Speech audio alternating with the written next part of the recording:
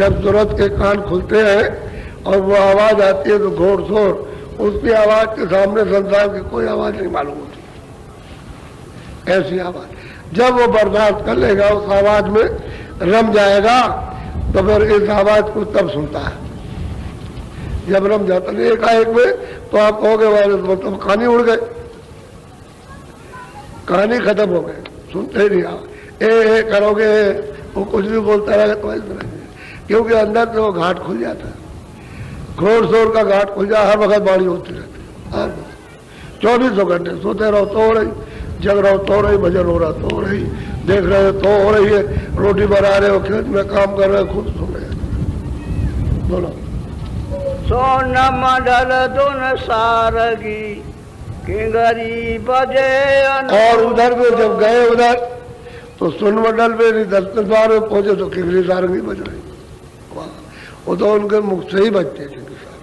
और सारे उनके ब्रह्मांड में जो 5 ब्रह्मांड होते हैं सब जगह बज रही है एक रस, लेकिन वो पुरुष के द्वारा बज रही और सब जुड़ते उसी के रूप में, शब्द ही के रूप में, सब बजा रहे हैं, उसी का शब्द ही का रूप हो जाती है। तो वहाँ का इतनी, वहाँ की जो भी ताकत है, जो भी शक्ति है, उसी में लो हो गई, वो मिल गई उनको, वो शक्ति उनको प्राप्त हो गई, वो तेज प्राप्त हो गया, वो प्रकाश प्राप्त हो गया, वो ज्ञान प्राप्त हो गया, वो देखना प्राप्त हो गया, वो सुनना प्राप्त हो गया, उसमें कोई कमी नहीं रहती है। जब शब्द के अंदर तुरंत हो जाए तो पूरे के पूरे ब्रह्मांड व्यापक हो जाती है। बोलो कोटि भान छवि रोम एक ऐसा पुरुष स्वरूप। अब कहते हैं कि भाई आगे मतलब ये कोटान कोट, हालांकि ये तो कुछ नहीं है। कहते हैं कि भाई मतलब यह है कि उसकी ऐसी छवि है, सोम पुरुष की ऐसी छवि है कि वो इन सब से सुंदर है, अद्भुत रूप है उसका, अब क्या वर्णन किया जाए। अब उसी का ऐसा रूप है। अब जो जहाँ जहाँ इशारा उनको मिला समझाने के लिए, वहाँ वहाँ तो कोशिश की समझाने की, चाहे लाख में हो, चाहे करोड़ में हो, चाहे अरब में हो, चाहे संख में हो, लेकिन कितना भी समझाओ वो खाली इशारा ही है और कुछ नहीं, संकेत है। बाकी जो कुछ वहाँ सुनने को मिल रहा, देखने को हो यार, उसको आप नहीं बता सकते, नहीं बता सकते, नहीं कह सकते, उसका यहाँ कोई नमूना नहीं है। बोलो कमरन की क्यारी बली भमर करे गो। कहते हैं कि साफ क्यारियों सुरतों की, सुरतोई के फूल है, सुरतोई के वहाँ बगीचे, सुरतों के वहाँ पेड़ है, और ऐसे ऐसे पेड़ है जो मतलब ये है कि 1-1 अरब की बुलंदी रखते हैं, 1-1 अरब योजन। दिमाग आपका उलट जाएगा, काम नहीं करेगा, दिमाग तो काम नहीं करता। 1 अरब के वृक्ष, और कितने कितने बड़े वृक्ष है, तुम्हारा ये सारा विश्व और स्वर्ग कुछ नहीं है। ऐसे ऐसे छायादार और फल और फूल उस पर कैसे लटे हुए, अगर दृष्टि से देखा जाए तो करोड़ों वर्षों तक देखते रहिए उसी को, और सब रुए, सब की सब उन वृक्षों पर लटक रही, रुए को खेले। और उन रुओं का कितना कितना प्रकाश है वो तो महात्माओं ने कलम को अपनी बात कर दिया, कहा ये नहीं कह सकते। बोलो श्वेत सिंहासन बैठ कर देखे पुरुष समारे। कहते साफ सोते, जब वो श्वेत पद में पहुंच गई तो बहुत संभाल करके उस पुरुष को, उसको निहार करके खूब दीदार और दर्शन करती है। वहाँ की जितनी भी सूरतें हैं, अब उन सूरतों का वो तो मतलब यह है कि सबकी सब, अब वहाँ पता चलता है कि सब यहाँ पर ईश्वर, यहाँ पर ब्रह्म, यहाँ पर पार ब्रह्म, उनसे भी ज्यादा इन सूरतों का प्रकाश है। क्योंकि वो धारा के साथ उतर के आए तो उनको भी तो वैसे ही जैसे सूरतें उतरी थी, वो भी तो उसी रूप में थी, उसी तेज में थी, उसी शक्ति में थी। तो हम नीचे चले आए, ये ऊपर टिके हुए, भाई इतना ही है। तो उनको ऊपर उनके पास में तेज है, उनके पास ज्ञान है, उनके पास में शक्ति है, और हम चले आए गंदगी में तो हमारे पास में ज्ञान शक्ति नहीं रह गई, उतनी है जितनी आपके पास है, उसी का ये काम करते हो आप। अब कुछ नहीं ना के बराबर हो गए, ऊपर जाइए तो बहुत इन्हीं सूत्रों पे। तभी तो वहाँ कहते हैं कि सब उसी रूप में सबके सब पुरुष का दर्शन करते हैं सब। बोलो। बीन बांसुरी मधुर धुन बाजे पुरुष हजूर। और कहते हैं कि बीन बांसुरी इतनी मधुर धुनी है कि जो इतनी दूर है, अरबों दूर पुरुष बैठे हुए उनको दिखाई दे रहा, लेकिन ऐसा मालूम होता है कि हमारे पास ही बज रहा है। यानी समरस, यानी समान बाजा बज रहा है उनका, और सब उसी रूप में सब है, सब ही रूप है, उसी में तो सब निकल रहा, सब में सब हाजिर हजूर दर्शन हो रहे। अब भाई तुम्हारी आंख उतनी रह गई ना, अभी देख सकते हो 2 मील का 4 मील का आप देख सकते हो, और थोड़ा सा ये सामने का, और आंख खराब होने लगे तो नहीं देख सकते हो। अब वहां तो कोई पर्दा है नहीं है, तो वहां अरबों मील का दिखाई दे, अरबों योजन का दिखाई देता, अरबों योजन नीचे, अरबों योजन ऊपर, दाएं और बाएं यानी चौ तरफ दिखाई देता है, क्योंकि कोई पर्दा तो है नहीं। जब सूरज की आंख कितना तेज है, सूरज की आंख में कितना तेज है, कितना प्रकाश है उसकी आंख में, ये तो वही पता चलता है। कहते हैं कि भाई तो सामने हजूर का दर्शन, दीदार दर्शन होता है। बोलो। सुन सुने हंसा मगन होए पिए अमीर समूह। कहते हैं मूल उसका जो भोजन था अमृत पीता, अमृत का वो सागरी है, कहते हैं वो अमृत पीते रहते हैं। अब ये जो है, ये तो पानी तो अमृत नहीं है, ये तो पानी जल पृथ्वी वायु आकाश है, वहाँ है सत्या। अमृत के देश में पहुंच गए आप, अमृत के सागर में, तो अमर हो गए। अमृत पीती सब की बात। बोलो। रंग महल सतगुरु का शोभा यगमय। और कहते हैं कि सत्पुरुष का जो सतलोक में रंग महल बना हुआ है, उसकी कौन महिमा कर सकेगा। आप एक साथ अरबों खरबों अपनी जिब्या धारण को कुछ नहीं कर सकते, ऐसा सत्पुरुष का रंग महल है सतलोक में। अभी इसको अभी आप तो कहते हो दिल्ली में बहुत अच्छा बना, नहीं वहाँ नहीं तो मुंबई में वहाँ भी अच्छा, रोजाना अच्छा है। अरे वो रंग महल सत्पुरुष का है, जिस खजाने से हम सब लोग यहाँ भेजे गए हैं, अरे उस मतलब ये महल का कैसा होगा। तो यहाँ आप सजावट करते करते कहते बहुत अच्छा, कुछ नहीं, वो तो अच्छा ही अच्छा है, सुंदर है, क्या उसके ऊपर अगम है जिसकी कोई गम नहीं है। बोलो। हंस जहाँ आनंद करे देखे विमल बहार। जितने भी सुरते रहते हैं सब श्वेत रूप में, सब कहते हैं सब अद्भुत अद्भुत विमल तमाशा उज्जवल, सब आनंद लेते रहते, करते रहते, दर्शन करते रहते, निस्वतंत्र है, वहाँ किसी तरह का कोई रोक टोक कोई बंधन नहीं है। सबसे न काल है, न जाल है, न खौफ, न मरना, न जन्मना, न ये न वो, कोई ये झंझट झगड़ा वहाँ नहीं है। न मृतलोक का, न स्वर्ग का, न वैकुंठ का, न ब्रह्मांड का, न ईश्वर का, न ब्रह्म का, न पादुन का, न महाकाल, किसी का भी कोई झगड़ा नहीं वहाँ। विमान उज्जवल कहते हैं, आनंद लेते हैं। लेकिन कहा यही से, इसी मनुष्य शरीर से बैठ कर घंटे संग की आवाज को पहले बताया, इसी आवाज को आखिर में पकड़ करके उतरे और यहाँ बैठ गए। जब कर्मों का नियम नहीं बना था तो यहाँ घंटा घड़ियाल सब बज रहे थे, और सूरज उसको बराबर सुन रही थी, पकड़ के चढ़ जाती थी, उतर जाती थी। उस वक्त में कोई बात नहीं थी। वो तो बाद में जब गंदगी जब आप करने लगे, अधिकार दे दिया, पाप उनकी गंदगी जब जमा होने लगी, तब ये बात हो गई, तब घंटा और शंख की आवाज छूट गई। अब फिर निर्बलता से ला करके पकड़ लो, फिर चढ़ दो अपने घर में, फिर समझो घाटी में बज रही। और बिना इस आवाज को पकड़े घंटे संग की ऊपर नहीं जा सकते हो। इसको पकड़ोगे तब से जल कमल, वहां पहुंच के ईश्वर का दर्शन और ऊपर की मृदंग की आवाज, बादलों की गरज, वो जब आप पकड़ोगे तो ब्रह्म का दर्शन, और ऊपर में तिगड़ी सारंगी, जब ऊपर आवाज को पकड़ोगे तो पार ब्रह्म का।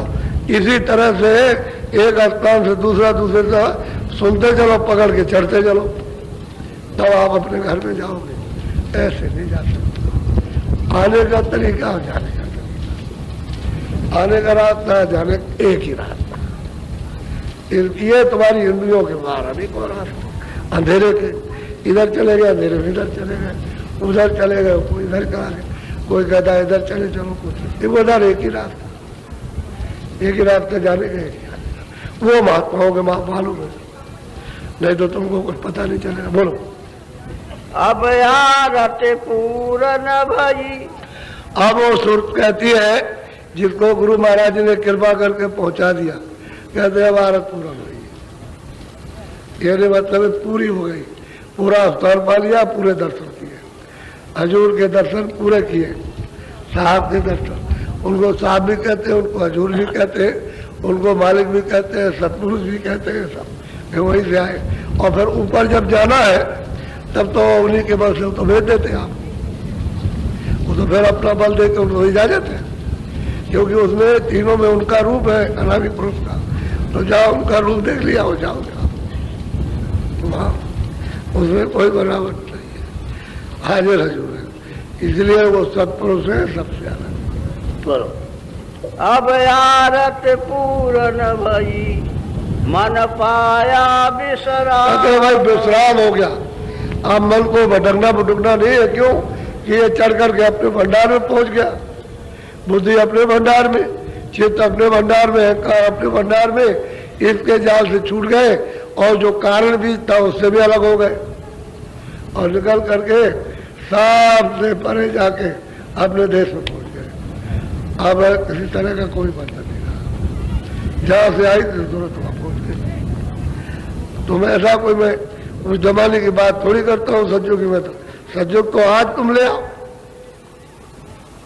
सत्य को प्राप्त कर लो, सज्जुग अभी उतर जाएगा। और सत्य को प्राप्त नहीं कर रहे हो और अंधेरे में रह रहे, अंधेरे के काम करते हो, अंधेरे में जाने के, तो कल युग अभी है। और तो जब हृदय और मन बुद्धि चित्त साफ हो जाए तो सज्जुग अभी आया, तुम्हारे घाट पर उतर जाएगा और यही से तुम चल दो। ऐसे नहीं शब्द सुनाई देते हैं, मिलते हैं। बोलो। सतगुरु पूरे चरण पर कोटि कोटि पर। अब वो सूरत क्या कहती है, कैसे सतगुरु के चरणों पर कोट कोट यदि प्रणाम बारंबार, कि इनकी कृपा से यहाँ से मृतलों के बंधन से 84 नरकों से और छूट करके अपने घर में पहुंच गए, तो बारंबार प्रणाम करते हैं, कोट कोट प्रणाम, अरब खटब डंडो, तो प्रणाम करते हैं। धन्य वो गुर्जर जिन्होंने मतलब ये दया करके रास्ता बताया, मदद करके और धीरे से निकाल करके यहाँ पहुंचा, तब उन पर आस्तिक होती है, सब निछावर कर देती है कुछ भी। सही बात तो ये है, अभी आपने धन की लूट क्या देखी है? धन की लूट कुछ नहीं देखी। एक भल्ला जी थे, बहुत बड़े जागीरदार, पंजाब में रहते थे, बहुत बड़े जागीरदार थे। तो एक फकीर थे, उनके साथ उनके पास एक सेवक रहता था, नौकरी करता था। तो उनसे भल्ला जी से कहा कि हजूर, एक बहुत बड़े महापुरुष, आप बड़े जमींदार, बड़े जागीरदार हैं, आपके पास में सब कुछ है, लेकिन यह है कि जरा सा दीदार और दर्शन जरा कर लीजिए। कहा कि अच्छा है, जब फुर्सत होगी। इनकार नहीं किया, कह रहे जब मौका मिल जाएगा तो चलेंगे। कुछ दिन के बाद कुछ दूर आए होंगे, तो सेवक ने कहा कि हजूर आपको मैं याद कराता हूँ कि वो यहाँ पास में आए हुए, कुछ दूर पर है, तो आप चले चलिए दर्शन खाली कर आइए। कह रहे आज तो फुर्सत नहीं है, लेकिन यह है कि फिर दर्शन करेंगे। तो ऐसे 5-7 बार वो कहता रहा, तो वो कहते रहे, वो प्रार्थना करता रहा। एकदम कह लगे भाई अब तू मेरे पास रहता है, मेरी सेवा करता, इतने दिन हो गए, तो चलो मैं तेरी बात को मान लूँ, चलो मैं जल दर्शन कर जाऊँ। तो गए वहाँ दर्शन करने। चुपचाप एकांत बैठ गए जमीन में, जागीरदार बन के नहीं बैठे सुनने के लिए, और बैठे रहे, सुनते रहे सुनते रहे सुनते रहे, फिर बीच में रोने लगे। क्या रोने लगे कि हमें संसार तो कुछ नहीं, हम आ गए, हमारे बाप चले गए, हमारे दादे चले गए, हमारे ये चले गए। वो सोचने लगे तो हमारा भी क्या समय है, हम भी चले जा रहे हैं। तो सोचने लगे, उनके वचन सुन के कि ले तो कुछ नहीं जाएंगे, तो पीछे रोने लगे। सेवक ने कहा, जो उनका नौकर था, उन्होंने कहा भाई ऐसा करो कि हम यही रह जाए, कोई जगह पड़े रहेंगे, कल और वचन सुन लें। एक दिन रहे, 2 दिन रहे, धीरे से सुनते रहे, हफ्ते भर रह गए। फिर गए वहाँ तो दिल नहीं लगा, फिर लौट के चले आए। तो महात्मा जी सुनाते रहे, तो फिर उन्होंने कहा भाई ये संगत आई हुई है, ये पानी चाहती है, खाना चाहती है, आए हुए खाने। तो फिर वो गए, इंतजाम करके उस संगत का आटा, जो कुछ भी दाल चावल सब संगत को खिला रहे। उनका हो गया प्रेम, बहुत ज्यादा प्रेम हो गया। अब जहाँ जहाँ संगत लगे वहाँ पहुँच जाए, और उनकी तरफ से सब संगत के खिलाने का। आपको आश्चर्य की बात तो यह है कि उन्होंने सब कुछ लुटा दिया, जितना भी उनके पास पैसा खजाने में था, वो उनके पास खेती थी, वो अब उनके पास में कुछ जानवर वो मर गए, उनके पास स्त्री थी वो भी मर गई, उनका बच्चा भी मर गया, और वो बराबर आते हो जाते रहे संगत में। आखिर में यह हुआ कि गुरु महाराज जरा दूर चले गए, और फिर खबर भेजी है कि अरे भल्ला बहुत दिनों से दिखाई नहीं दिया, और संगत आई हुई है, और वो तो ये सब इंतजाम करता था, अब वो कहाँ चला गया। तो सेठ को बुलाया, कहले भाई देखो ये महल कितने का है, बताओ उस जमाने में कितने का है। तो कहले महल भेज दिया, और वो ले गए, भेज दिया कि जाओ संगत पे लगा देना। अब उनके पास कुछ नहीं रहा, कुछ नहीं, जो गुरु महाराज बताया बस वही। कहले भाई भल्ला को पकड़ के ले आओ, वो कहाँ रहता है, वो मतलब क्या करता। तो ले आए, कह रहे भल्ला तो मतलब कैसे रहते, कहते हजूर की मर्जी, बहुत अच्छी तरह से। क्या करते हो, कह रहे मैं भजन करता हूँ सुबह शाम दिन में। और खाते कहाँ से हो, कह रहे मैं मांग के खा लेता हूँ, किसी से घर से मांग लिया खा लिया। कह रहे ये तुमने ठीक नहीं किया, यहाँ आ जाओ डेरे पर, आश्रम में आ जाओ। तो चले आए, आश्रम में रहने लगे। एक दिन गुरु महाराज जा रहे थे, पूछने लगे, कह रहे भाई बल्ला क्या कर रहे हो, कह रहे भजन करता हूँ, खाते खाओ, कह लगा भंडारे में से लंगर खाने से खा लेता हूँ। कह लगे ये तुम्हारा काम है, हजूर जो हुक्म हो। कह लगे जाओ, वो जंगल है, वहां से लकड़ी बीन के इकट्ठा ले आओ, और लंगर खाने में दो, जहां भोजन बनता तब खाना। तो बेचारे अपना भजन करे और सेवा हो करे, और लकड़ी बीनने के लिए जाए, बीन का इकट्ठा ले आए, और वहां लंगर खाने में दे दे, उसके एवज में खा ले। फिर एक दिन गुरु महाराज जा रहे थे, कोई झाड़ू लगा रहे थे, जागीरदार झाड़ू लगा रहा। पूछा अरे वल्ला क्या कर रहे हो, कह लगे हजूर मैं जाता हूँ लकड़ियाँ ले आता हूँ, और हजूर लंगर खाने में दे देता हूँ, रोटी खा ले। कह रहे वो भल्ला तू तो दूसरों की सेवा करता था, तू तो अपने पेट के लिए ही अब कर रहा, औरों की सेवा तो कुछ करता नहीं। तो कह लगे हजूर जो हुक्म। कह लगे अच्छा एक काम करो कि एक तो गट्ठा ले आया करो लंगर के लिए, यानी रसोई घर के लिए, और एक गट्ठा तुम ले आए संगत के लिए, 2 गट्ठे वहां जमा किया, तो संगत की सेवा होगी, और एक गट्ठा जो तुम जमा करोगे लंगर खाने में, उससे रोटी खा लेना और भजन कर लो। तो बेचारे जाए और देर लग जाए उनको, तो वह जंगल में लकड़ी इकट्ठी करते रहे, 2 गट्ठा बांध के लाए। लाते उतने ही थे, जितना पहले लाते तो उतना दूसरा भी, और दोनों एक साथ लाद करके लाते थे और लंगर खाने में देते थे।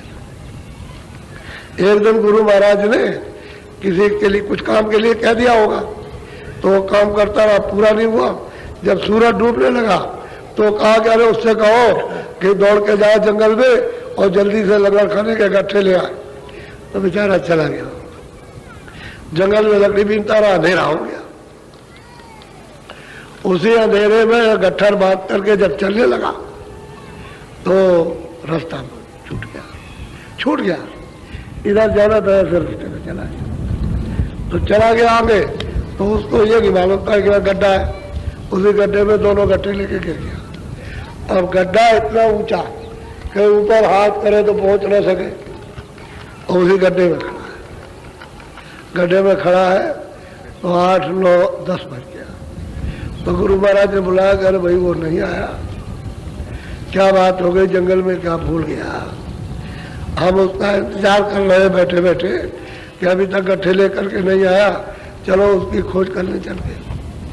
तो खोजते खोजते कुछ जंगल में आवाज चारों तरफ लगाते रहे, अरे कोई है जंगल में, अरे भल्ला तुम इधर हो। तो मतलब ऐसे ही चारों तरफ से ढूंढते हुए अंदर से आवाज आई कि मैं इधर हूँ। तो लोग सेवक पहुंच गए, आवाज को पकड़ के देखा, वो गड्ढे में पकड़ा, दोनों गट्ठे लेकर के गड्ढे में खड़ा, ऐसे गट्ठे लिए हुए और गड्ढे में खड़ा है। अब वो ऊपर चढ़ने का तो मौका नहीं उसको, क्योंकि उसका हाथ नहीं पहुंच सकता। तो कहा सिर्फ कोने कि अरे वल्ला गड्ढा फेंक दो, ये रस्सी लो, इसको पकड़ के मैं तुमको निकाल लूं। क्या लगे थे गड्ढा पहले निकलेंगे और बल्ला इसके बाद में, क्योंकि ये संगत में जाना है। संगत में जाना है, गड्ढा पहले निकलेगा और बल्ला बाद में निकलेगा। तो बहुत कुछ कहते रहे, अरे बल्ला नहीं, ऐसा नहीं, कह लगे वैसे ही रहेगा जो है, गड्ढा पहले बल्ला बाद में। तब गुरु महाराज पहुंच गए, कह रहे अरे बल्ला रस्सी पकड़ के तो कह रहे गड्ढा फेंक दे। कह रहे हजूर गड्ढा तो लंगर खाने में जाएगा, ये तो पहले निकलेगा, बाद में जो आपकी मर्जी हो कीजिएगा। तो गड्ढा निकाले, बाद में उनको निकाला। तो गुरु महाराज ने उसको हृदय से लगा दिया। बोले भला तुम परीक्षा में सफल हुए और तुम जो चाहो तो मांग लो। कहले अरे हजूर मुझे कुछ नहीं चाहिए, मैंने तो उसको ले लिया है जो सब कुछ देता है, मुझे कुछ नहीं चाहिए। मैंने तो देने वाले को ले लिया, यदि गुरु महाराज जो सबको देते मैंने उन्हीं को ले लिया, मुझे कुछ नहीं चाहिए। इतनी प्रार्थना जरूर करूंगा कि भला से जो आपने परीक्षा ली है, ऐसी परीक्षा किसी से लीजिएगा नहीं, ये कलयुग है, कोई टिक नहीं सकता, सब के सब भाग जाएंगे सब। तब उन्होंने कहा कि जाओ ऐसी परीक्षा अब नहीं ली जाएगी, ऐसे ऐसे आसिक कि सबको निछावर कर दे, कुछ नहीं करते, धन को नहीं समझते, धन क्या चीज, महल क्या चीज है, जमीन और बच्चे क्या चीज, इसी को नहीं समझते, इसके चिथड़े उतारना कुछ नहीं। अब वही बल्ला कि जीते जी उसने मालिक को प्राप्त कर लिया। जब गुरु को ले लिया, जब उनको ही खरीद लिया, तो क्या किसी कोई मांगेगा, कृपा हो गई, दया हो गई। वो तो दया तो उसके ऊपर हो ही रही थी, लेकिन सबको ये सबक सिखाना था, सबके सामने कि ऐसा होना चाहिए। ऐसे महात्माओं के सामने बहुत बहुत ऐसे भक्तों के इन्हीं शास्त्र वर्ष के अंदर, काशी में जो पंडित बहुत धनवान, उनका भी ऐसे, उन्होंने भी इसी तरह से, और धन को धन नहीं समझा। लोग कह रहे तुम नास्तिक हो गए, तुम ये हो गए, कुछ नहीं, और उन्हीं के सामने रहते हुए उस मालिक को प्राप्त कर लिया। और उन्होंने जो जो देखा सब उन्होंने लिखा कि मैंने ये देखा, ये देखा, मैं उस स्थान पे पहुंचा, ईश्वर का दर्शन किया, ये दर्शन किया, विमानों को देखा, उस विमान को देखा, और पार विमान में गया और पार विमान को देखा, उसके देखा, और अमर पद में और सतपद में गया, वहां सब कुछ वर्णन किया। सब कुछ खत्म करो तो मालिक मिल जाता है। अभी भागेला हो गया अभी, तो धीरे धीरे धीरे धीरे धीरे धीरे, इसलिए सेवा पर जोर दिया जाता है। धीरे धीरे धीरे धीरे धीरे धीरे उसी जगह पर आ जाओगे जहाँ कुछ नहीं सुन हो जाएगा। अपना कुछ नहीं है, जो कुछ है उस मालिक का है और उसी को सौंप दो। अरे जीव जल्दी से छुटकारा पा जाए, जल्दी सीधा साधा है। आज दिन में अभी जब आप गए 2 बजे वहां सेवा कर रहे तो आपने मन से सेवा नहीं की, हम यही से बैठ के देखते रहे। आप मन लगा के सेवा नहीं की। आपको हम मन लगा के सेवा करना चाहिए, आलस नहीं लेना चाहिए बच्चे। ये बात भूल हो गई तुम्हारी, भूल मत करो। सुबह जाएंगे तो हम भी जाएंगे वहाँ सुबह देखने, सुबह रात को 2 बजे जाएंगे, 2 बजे के पहले वहाँ, उसके बाद मैं आऊँगा, वहाँ देखूंगा जाकर के। मुझे वहाँ पर 3000 चाहिए प्रेमी सेवा के लिए, वहाँ तो मैं जाऊँगा देखने के लिए। सेवा हम रहे न रहे, आप अपना काम करो, उसका फल आपको प्राप्त करना है। वो सेवा सबसे उच्च कोट की सेवा होती है चलने की, तो इसी सेवा से सब छूट जाएगा। सब घर द्वार दोस्त मित्र जितने भी है सब वीरान, सब मतलब ये है कि अभाव और श्रद्धा रहोगे उसी के बीच में। कुछ नहीं अपना, तुम्हारे है कुछ नहीं है, अपना या कुछ नहीं है। तभी सब छोड़ के चल पड़ोगे, पकड़े रहोगे तो जगत अंधकार स्वरूप है, ये यही तुमको बांध के ढके रहेगा और तुम खुल नहीं सकते हो। इसलिए ये ऐसा उसका फैला हुआ जाल है, इस जाल से सब छोड़ना है और यहाँ से निकल चलो। कुछ मत छोड़ो, सब छोड़ दो। रहो घर में, मकान तुम्हारा नहीं, उन सब में रहो सब, और तुम्हारा नहीं है छोड़ के चलना। जब घाट पे बैठो तो छोड़ दो, बस फिर देखो आप, तब तमाशा देखने को मिलता है।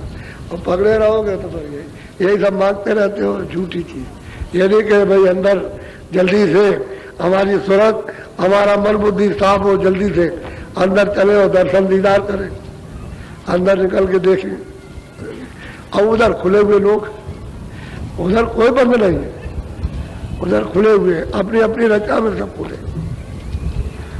जब उधर लिंग रचना में तो खुले हुए, उसके बाहर नहीं जा सकते, यही से जाओगे।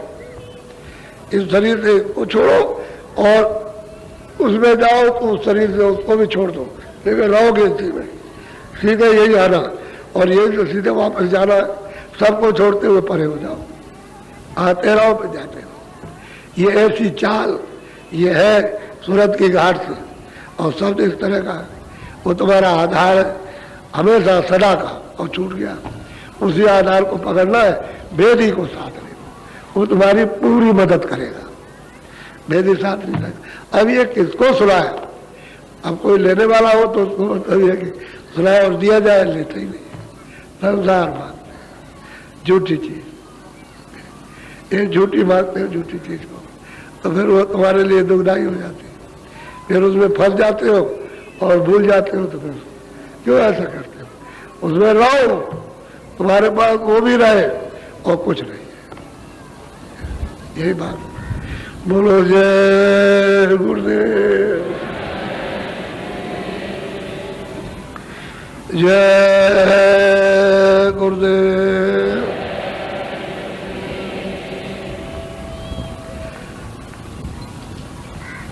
अब आपसे भजन कराऊंगा।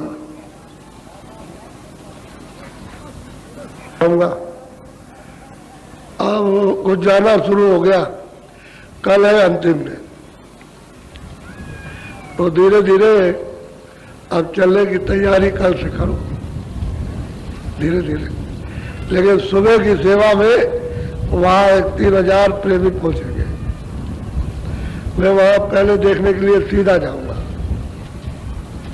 और वहाँ देखूंगा और फिर यहाँ आऊँगा।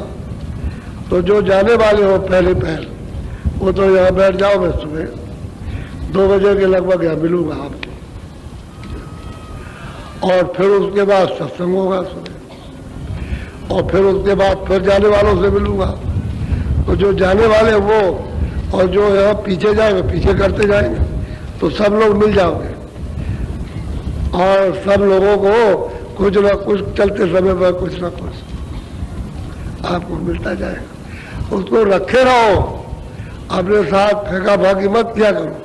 जब हमने कल आपको कह दिया कि बाबा जी के हाथ में कुछ है, तो जब रखते हैं तो आप चिल्लाते हो, क्योंकि पता चलता है कि तुम में क्या बीमारी है, क्या परेशानी, क्या उलझन है, अपने को मालूम होता है। तो उसी की उतनी बर्दाश्त करने की दवा तो तुमसे कह दिया जाता है, दवा ले लेना, तो तुम बिल्कुल आँख बंद करके फिर से दवा ले लो दोबारा, और उसको कहो तो फिर देखो आप, और तुम कहोगे जरा भी मरोड़ आई मन में कि हमने तो पहले खाई थी, तो तुम्हारा नुकसान। फिर तुम आशीर्वाद दुआ को समझ नहीं सकते हो कि दुआ और आशीर्वाद कैसे मिलती है।